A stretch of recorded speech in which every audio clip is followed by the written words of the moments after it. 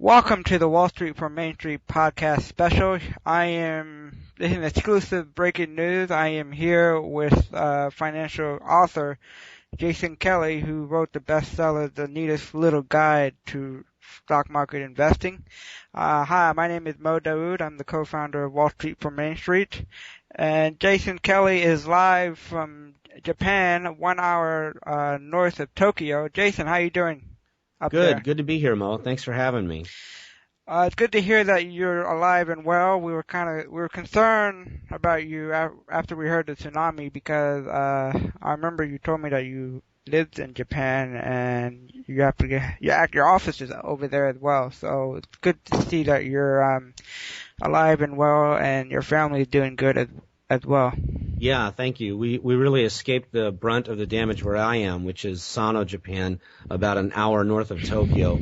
Most of the damage was farther north on the main island in the Miyagi and Iwate prefectures, those coastal states, and that's where the tsunami hit and were the areas that are providing most of the footage that people are seeing on the news. So where I am, we felt the earthquake powerfully, but not as powerfully as they did there, and we weren't struck by a tsunami because we're far enough inland. Well, that's good news for you. Unfortunately, a lot of people near the shoreline got hit hard with the earthquakes and tsunami. Last I heard, the death toll was over 10,000 people. And counting. Right. It's really hard to say. The number changes daily, and the official death count is still under 2,000, but with more than 10,000 missing. And it doesn't. You don't have to be a news analyst to just look at the footage and see the wreckage there and understand that there have to be thousands of bodies under all that. Oh yeah, that is true. I've seen many pictures of the tsunami, and it's just incredible. There's cars on top of each other, boats on top of each other. Yeah. I saw videos of the ship getting washed ashore, getting carried onto land. I heard a train got hit by the water and got washed away. So a lot of bad stuff happening out there. But why don't you tell our listeners what were you doing on March 11th, the earthquake hit? Yeah, that's right. It was 2:46 in the afternoon on Friday. I was working. I was at my desk actually working on financial research for a weekend report as usual. That's what I'm normally doing Friday afternoons. And I have some thin doors in my office that are on rails, the Japanese style doors called shoji. And they started rattling, which is a good early warning sign for me. So I knew an earthquake was coming, but I just had no idea it was this big. And I got ready for it, but then when it hit, it was much bigger than the typical quakes we feel all the time around here. So I jumped up and started securing parts of the office. I ran into the kitchen area to take things down from shelves and catch things that were already falling, and then running from room to room, catching things that were falling and trying to take stuff down before it would fall. And it's a sensation you can almost not imagine before you feel it, because we always think of ground as being solid underfoot, but imagine the ground just becoming like waves of the ocean, and your home becomes the deck of a ship is the feeling, and a ship in a violent storm, and it's disorienting to a degree you can't even predict before it happens. And the sound is incredible. It's a type of roar in the earth. It's almost like wind through the bowels of the earth. It's just this, it starts in the distance, just like a wind coming off a mountain, but it's more ominous than that. You can feel the hair stand up, and you just know nature is really coming down hard, and it's just a kind of building type of noise.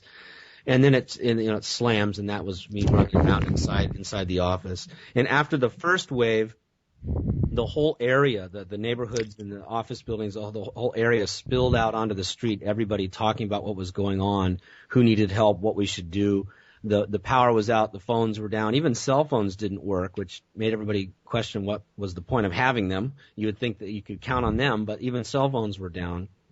And then it just became a wave after wave of the earthquake hitting, and lights swinging, and power lines swinging, and so on. So trying to get through that, and then pick back up from there, understand who needed help. But honestly, we weren't hit nearly to the extent of the worst areas up north. So I don't want to give a report as if I was right on the front lines of that tsunami. I wasn't. I was on the periphery of the quake, and even the periphery was really a rollicking, hard-hit situation. So if so, you can imagine how much more devastating it must have felt to have been right there on the front line. I can't imagine. I've never been through an earthquake experience myself. But the people, near the shoreline was at the heart of the earthquake and tsunami. When did you hear about the tsunami? Was it a couple of hours after the earthquake? And how did you find out, since the power line was out and I assume there was no internet and TV? Right. There were emergency radios were up. A lot of the people that have been through big events in the past, the elderly people, they had emergency radios, flashlights, even hard hats. I mean, they were instantly ready, even in uniform almost, on the streets. And so I could hear from those radios the accounts of what was going on farther north, and it was so disheartening because it was just a litany of statistics like you wouldn't believe. This town level, this many people missing, this many ships turned over, this many cars washed away. Just a rolling list of statistics of disasters. So we knew very quickly that what we felt was just the edge of something that had been far, far worse, far north of us. Now, once you saw the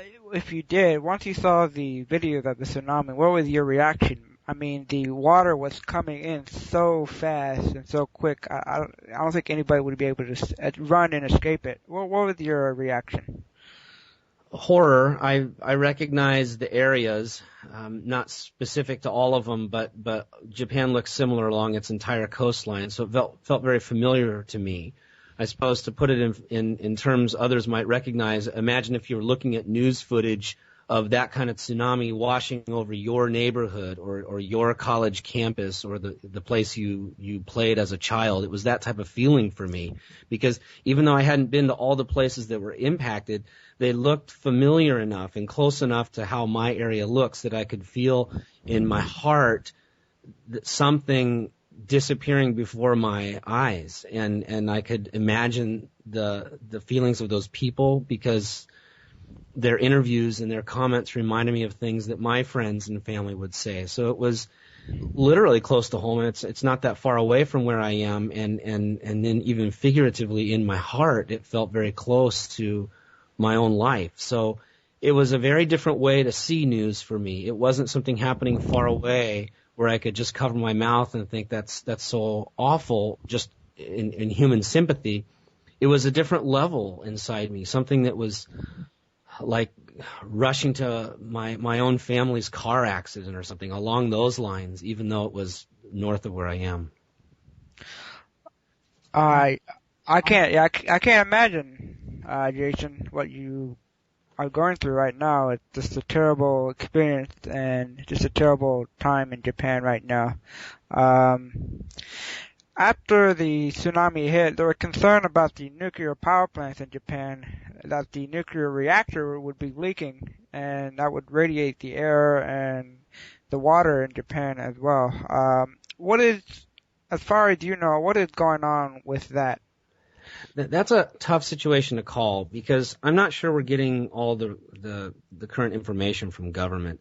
The story keeps changing, and the story is always reassuring, but it was reassuring right before we saw the reactor explosion. So it's hard to feel reassured when you're told just before a calamity that everything's fine. However, I've been told by a number of scientists that the risk of for example, a hydrogen bomb-like explosion, which is how some have described the worst-case scenario, is impossible, and that's an irresponsible way to describe it. But everybody admits that the risk is very high. I mean, anytime radiation is coming out of a nuclear power plant, nothing to mess around with, and in this case, a meltdown is underway. Describing it as a small meltdown is almost like saying, a minor tire blowout at 80 miles an hour on the freeway with a big rig or something. There's no minor about it, no matter how you want to look at it. But we should at least, we need to be responsible about what it could turn into. I think the most realistic worst case scenario is that it does melt down all the way to the ground and contaminates a large area of that part of Japan. I don't think there's much of a risk of any type of incident, explosion, or otherwise that would scatter radioactivity around the greater Tokyo area. That was talked about yesterday, but it's not being talked about much today, and it looks to be a diminishing risk. So I think it's going to be all right. I just hesitate to say that with confidence because it changes every few minutes, and we've been told it was all right before when it obviously wasn't. But at least so far so good, fingers crossed, and I think we're going to be fine. Well, that's very good news. I mean, those nuclear power plants are like 30 years old. They're first generation nuclear power plants, so the technology and equipment are old and outdated. So the chances for a nuclear reactor meltdown is greater compared to the newer power plant because the technology is more advanced and they're able to secure the power plant even better today. Yeah. Go ahead. Do you have any thoughts about that? One thing that occurred to me is that it's unfortunate this is happening on a couple of different fronts. I personally think nuclear energy is one of the best options we have for powering a growing planet with diminishing resources. It's a clean energy almost all of the time, this current situation notwithstanding. And one reason I feel bad about this is I think it's going to be a major setback to the nuclear power industry because after this, who's going to want to live anywhere near such a place? But if this comes through just fine as it has so far, I hope people can look at that in an encouraging light, that if a nuclear power plant located in a seismic zone as violent as Japan can come through the situation okay, that probably bodes well for nuclear power being safe elsewhere around the world, especially with newer technology, as you pointed out. So I hope this doesn't turn into a complete turning of our backs on the possibility of using nuclear power for clean energy in the future. Oh, I agree. You make a very good point, Jason. I am in favor of using nuclear power in replacement of fossil fuel to power the house, provide electricity.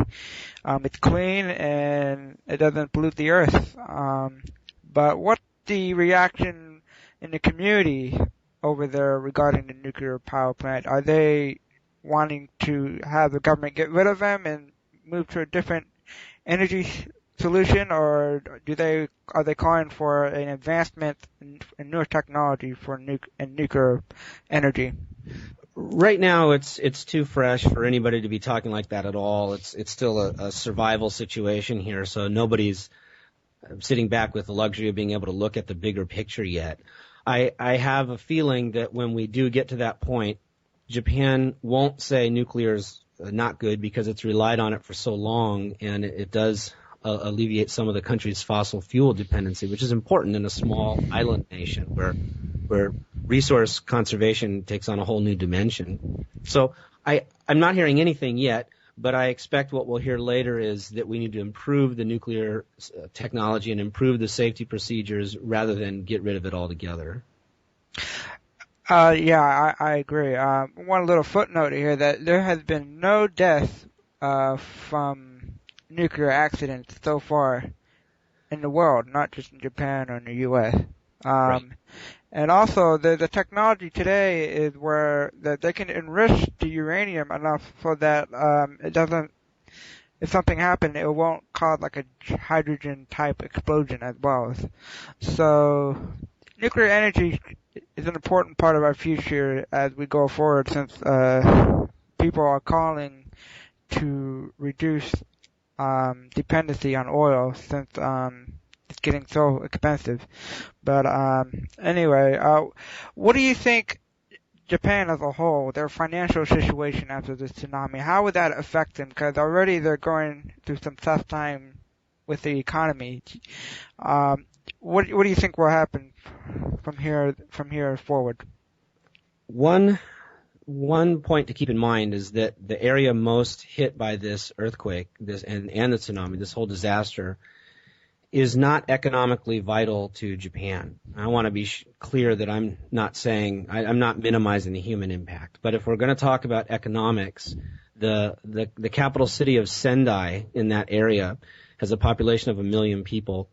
It's number 11 on Japan's list of 19 key cities below the Tokyo and Osaka areas. And it's an inwardly focused economy there with 50% of, or even more, I think. It might be more like 2/3, I think, of the jobs in the area supplied by retail business and service industries, which are focused on the area. So it's not an export center, and there are no major company headquarters in the area. So its contribution to Japan's GDP is fairly minimal, much less than Kobe, which was affected by the Hanshin quake of 1995. Kobe is a major port city that serves the Osaka area and has headquarters of companies like ASICS, the athletic wear manufacturer, and Kawasaki. So the damage there was $100 billion in 1995, which is to this day the most expensive natural disaster in history. And even following that, Japan's economy actually rebounded with a positive 1.9% GDP that year and an even stronger one the following year.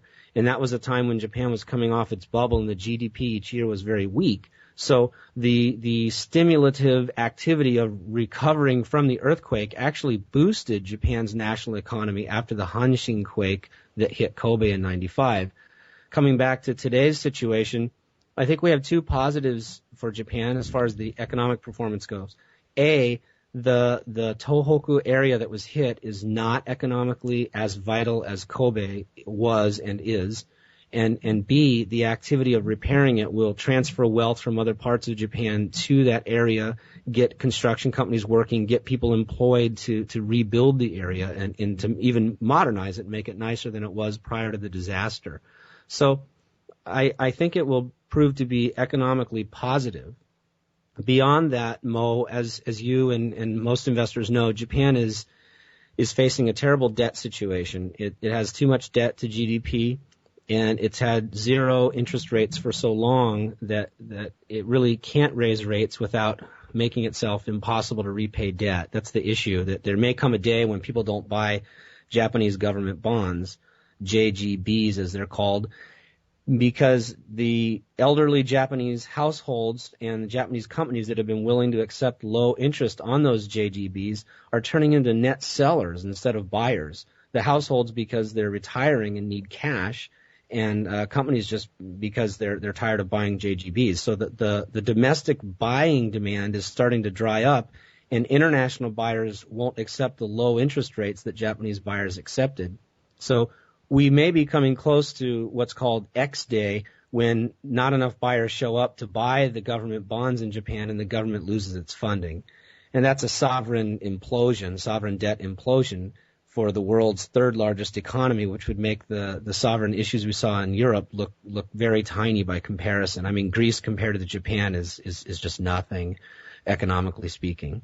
So this earthquake could exacerbate that situation because it will force Japan's government to spend even more money in the repair efforts, which could make the balance sheet of the nation even more precarious, which could speed up this arrival at X Day where the government can't get enough funding and the central bank has to start buying the bonds with money out of thin air, and we go into a complete sovereign collapse. But I hope that's not right around the corner.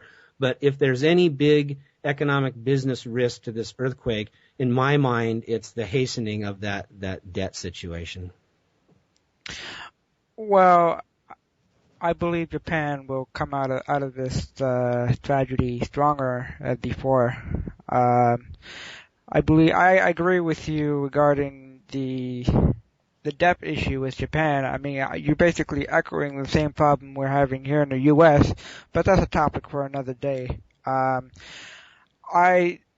am assuming that the Bank of Japan we're going to have to print more money in order to clean up the disaster area and rebuild. So I hope this disaster is not the final nail in the Japan economy, so to speak. But right. Well, I don't. Go ahead. I don't think it will be. I should be clear for your listeners. I don't think this is going to hasten Japan's demise or anything. I think if anything, it's going to pick up the pace at which this debt gets reformed and somehow we reset the situation here. But I do think in the medium term, the recovery from this earthquake will actually help stimulate Japan's economy. Well, that's very good news coming from you. I mean, you know this. You live in that area, so you know more than I do. So I don't want to speak any more about that. Fair enough. But well, regarding donation and charity, if people want to donate to the cause in Japan and to help relieve the efforts over there, how can they do that other than donating to Red Cross or all the other organizations? Well, we set up an operation here using my office to distribute socks and letters of care to the victims. My office is in a perfect location to do this because we're close enough to be able to get inside the main disaster zone when it opens up a little more, but far enough away that we have transportation here and we can receive packages from abroad. So we set up an operation called Socks for Japan at socksforjapan.com, where people can just buy socks, only socks, because everybody needs them. The sizes are easy to manage, and they don't break when you ship them, and they're easy to buy everywhere on Earth. So we've come up with that as a nice way for victims here to receive direct gestures of care from Americans and others abroad with notes included. Because the survivors of the Hanshin quake said that one of the brightest parts of their journey was receiving care letters from people and some little token of joy that would last beyond the situation. Because, frankly, there are enough supplies in Japan to take care of everybody. So it doesn't make sense for Americans to send cans of corn or other types of staples of survival, because all of that exists in Japan. The government and aid groups are getting that to the victims. So my effort is not to provide primary care for people, just to provide some little gesture of joy and care from overseas and something they can hold and cherish and remember. I received this beautiful pair of socks from somebody in America who cared about me, and they came with this note. I think that will really lift people's spirits, and I really look forward to distributing those to the victims when we can get in there. So if anybody would love to help, please visit our site, socksforjapan.com. There's also a link on your jasonkelly.com website as well, jasonkelly.com/helpjapan. That's right. Thank you for that. Yes, and you can go there to find more information about Socks for Japan. We're here speaking with Jason Kelly. Jason, thank you for taking some time out to talk to us and give us an update on what's going on over there. My pleasure, Mo. I appreciate the effort on your part. You're certainly welcome, and we hope that you and your family and the community will rebound stronger than ever from this tragedy. I hope so, too. Thank you. Thank you. And that's all, everybody. Until next time, good night and good luck.